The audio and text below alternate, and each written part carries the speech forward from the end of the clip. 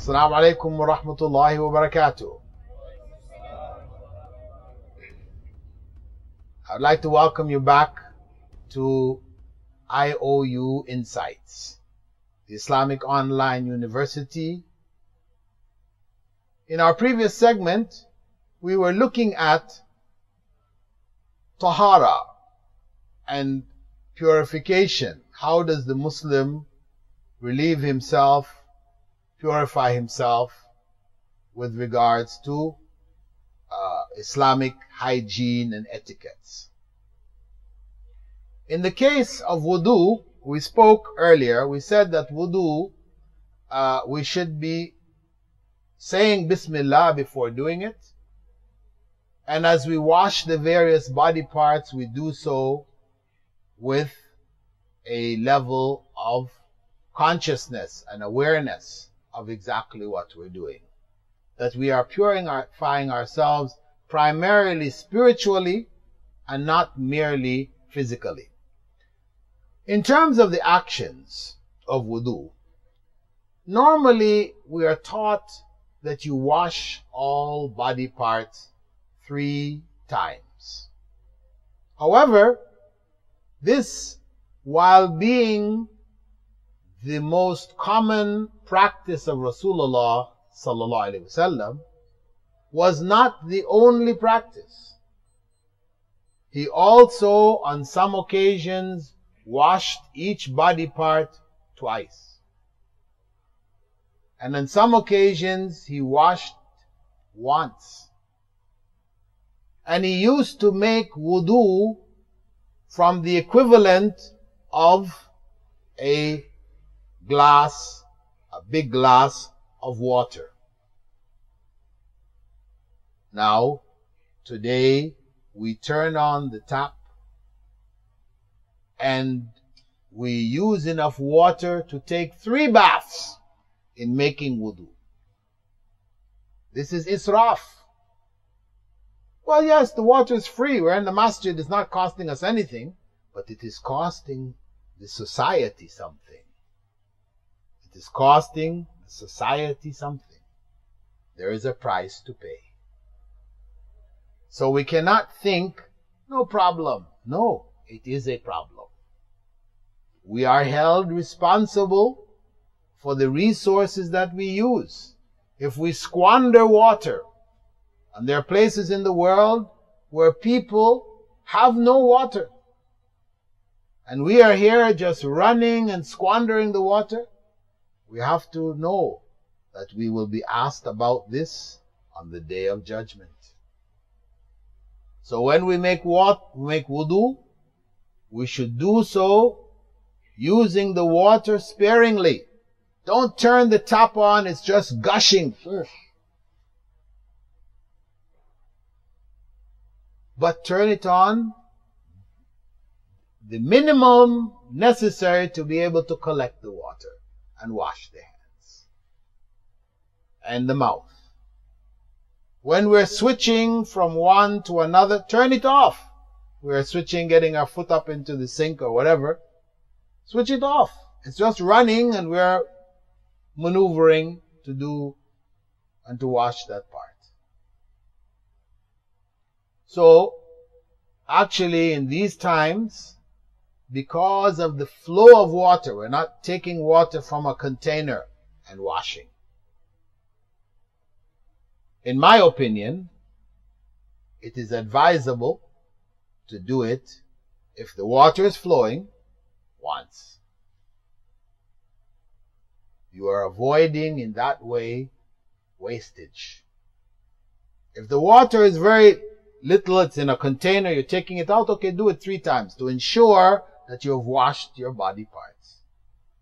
But if the water is flowing and you just have to put your hand in and wash, it's completely wet.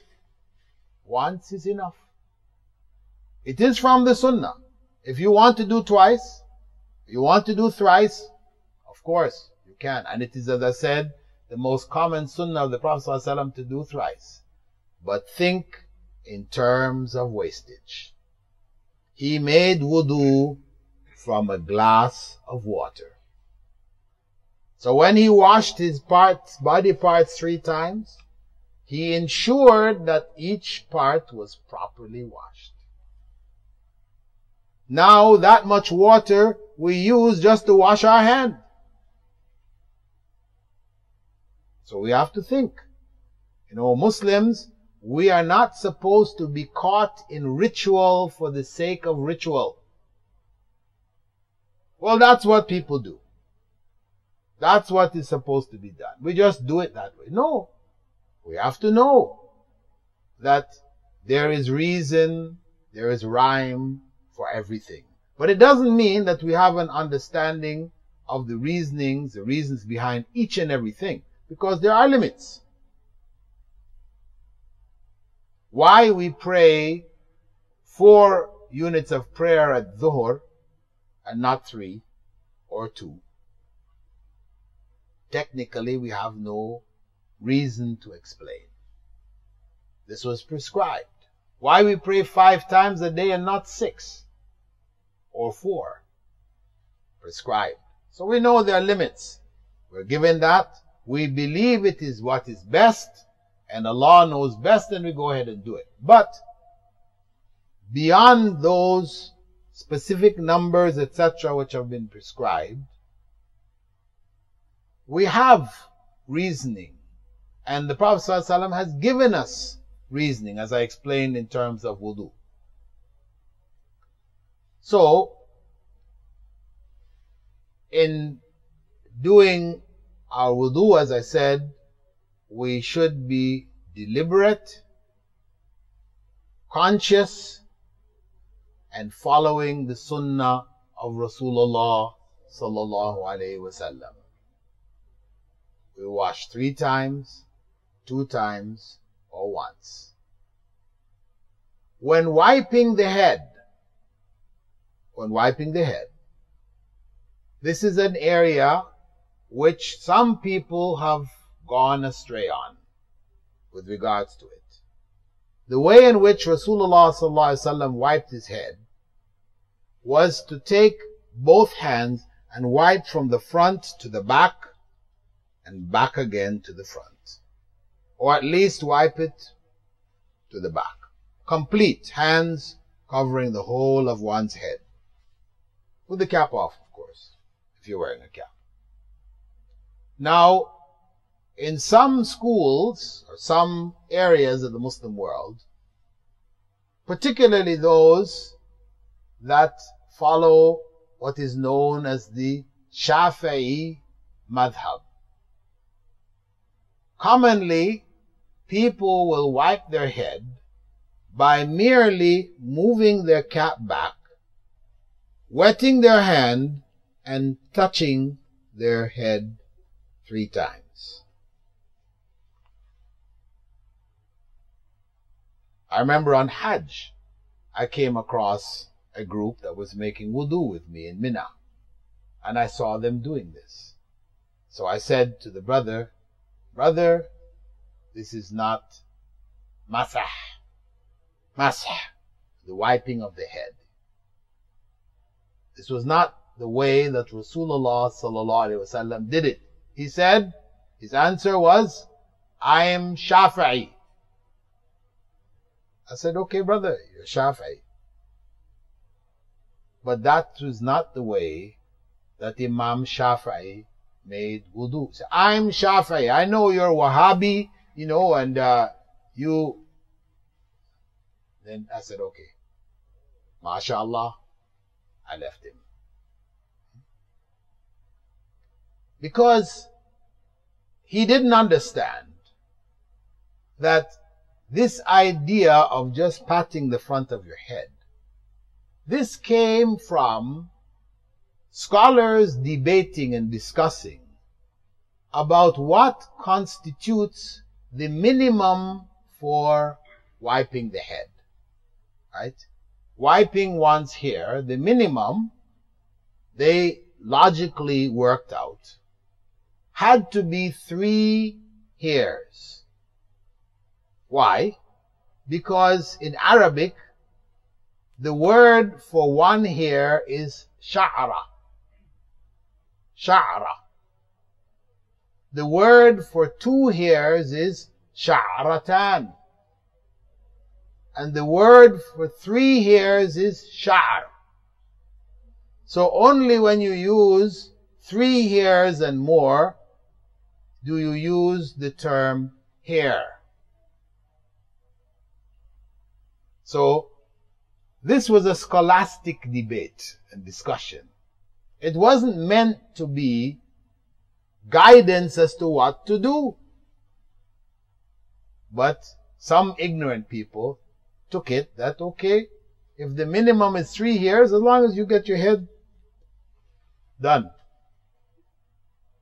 But this is ignorance.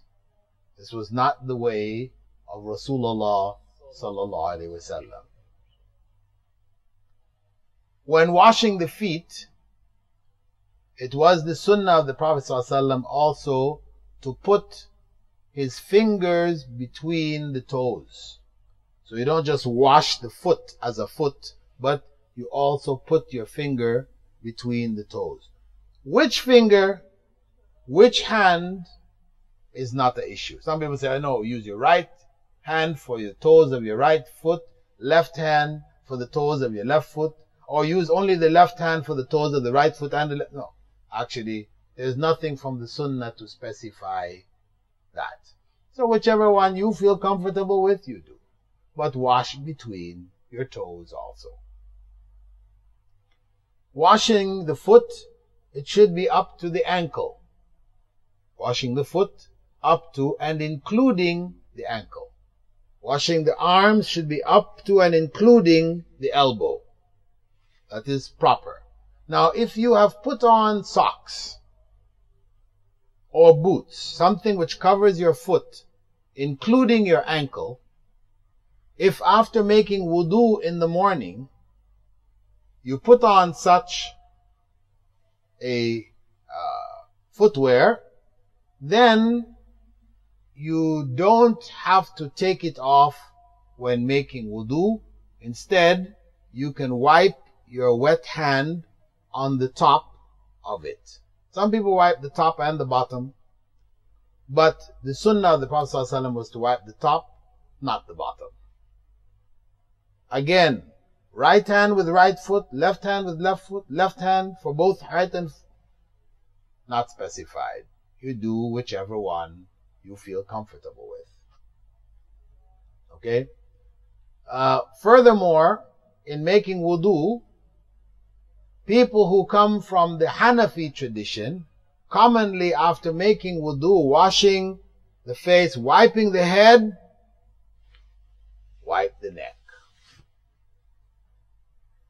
How it was explained to me was that when we make wudu, we wet our hands, right?